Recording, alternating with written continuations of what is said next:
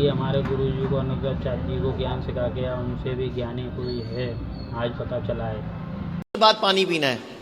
भोजनांते विषम बारी।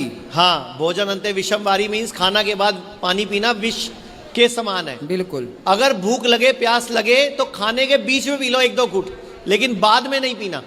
और पीना पड़े तो गर्म पियो, उबलता हुआ चाय की तरह। अच्छा, बुखार आ जाए तो क्या करें? बुखार आ जाए तो दवाई गलती से भी नहीं खाना। फिर एक घंटे में बुखार ठीक हो जाएगा। करना क्या है, एक बाल्टी भरनी है गर्म पानी की और 40 डिग्री टेम्परेचर पूरा गर्म करना है, जितना सह सको आप। उसमें इतने घुटने तक पाँव डुबो के बैठना है और जैसे ही पानी ठंडा होने लगे 2 डिब्बे निकालने, 2 डिब्बे गर्म डालने हैं। मतलब गर्म पानी मेंटेन करना है 40 मिनट तक, 60 मिनट तक, और गर्म गर्म पानी ही पीना साथ में। 1 घंटे में 100 में से 80 लोगों का 80 बार बुखार ठीक हो जाएगा। और अगर एक बार में ठीक ना हो तो ऐसा ही शाम को दोबारा कर लो। सिर्फ 5% लोग होंगे जिनको 2 दिन ऐसा करना पड़ेगा। आयुर्वेद कहता है बुखार हमारा मित्र है। बुखार जब चढ़ता है बॉडी टेम्परेचर बढ़ाती है तो बॉडी आपका भला करती है, अपने अंदर के गुड बैक्टीरिया बढ़ाती है, बैड बैक्टीरिया मारती है। लेकिन आप बुखार की गोली खा के बुखार उतार देते हो तो बैड बैक्टीरिया मर नहीं पाते, वो बढ़ जाते हैं। मतलब हमारी आयुर्वेद कहता है फोड़ा, फुंसी, उल्टी, दस्त, जुकाम और बुखार मित्र हैं। जब भी आपको दस्त लगे तो भगवान को थैंक यू बोलो कि आपकी बॉडी का गंद निकल गया। जब भी आपको बुखार चढ़े भगवान को थैंक यू बोलो। जब भी आपको फोड़े फुंसी हो समझो कैंसर नहीं होगा अब, क्योंकि बॉडी ने गंद निकाल दिया। जैसे मुहासे हो गए मान लो, तो अब वो मुहासे नहीं होते तो अंदर कैंसर होता। अब बॉडी ने वो पस निकाल दी। हम क्या करते हैं, दवाई खा के उसको दबा देते हैं। तो एंटीबायोटिक नहीं खाने, फ्रूट खाओ, सलाद खाओ, और जब भी बुखार चढ़े गिलोय का काढ़ा पियो।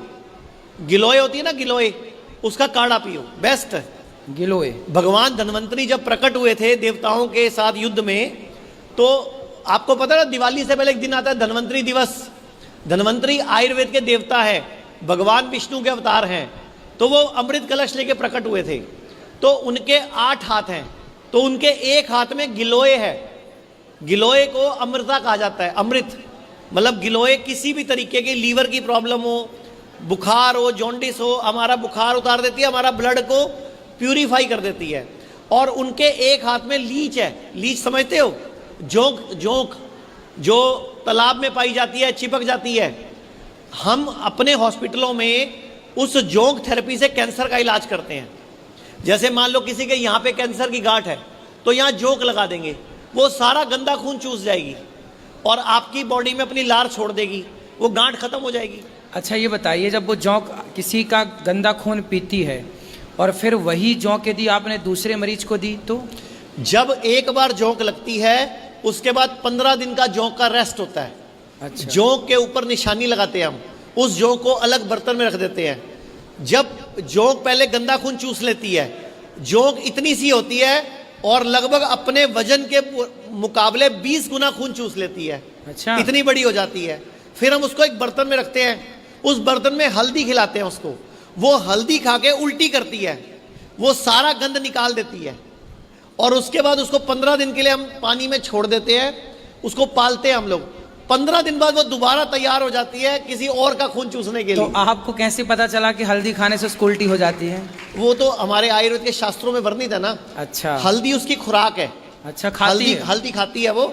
हल्दी खा के वो वोमिट करती है और वोमिट करके वो आपका सारा पस निकाल देती है और उस पस को हम लेबोरेटरी भेज देते हैं। वहां से पता लग जाता है कैंसर है कि नहीं है। मतलब कैंसर की जांच हमें टुकड़ा निकाल के नहीं करनी, वो जोंक के खून से हो जाएगी। और इसमें सेफ है ये। अमेरिका में एक जोंक थेरेपी की कीमत एक बार की 1 लाख रुपए की कॉस्ट है, उसको बोलते हैं हीरोडिन थेरेपी।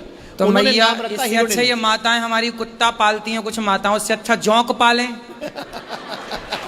जोंक पालें और बढ़िया जोंक से अपना जहां लगे कुछ दिक्कत तो उसको चिपका दें, वो खून चूस लेगी। तुम सास का खून चूसती हो कोई बहुएं सास का खून चूस लेती है ना, तो तुम्हें ना चूसना पड़े, जोंक चिपका दिया करो, वो चूस लेगी बेचारी।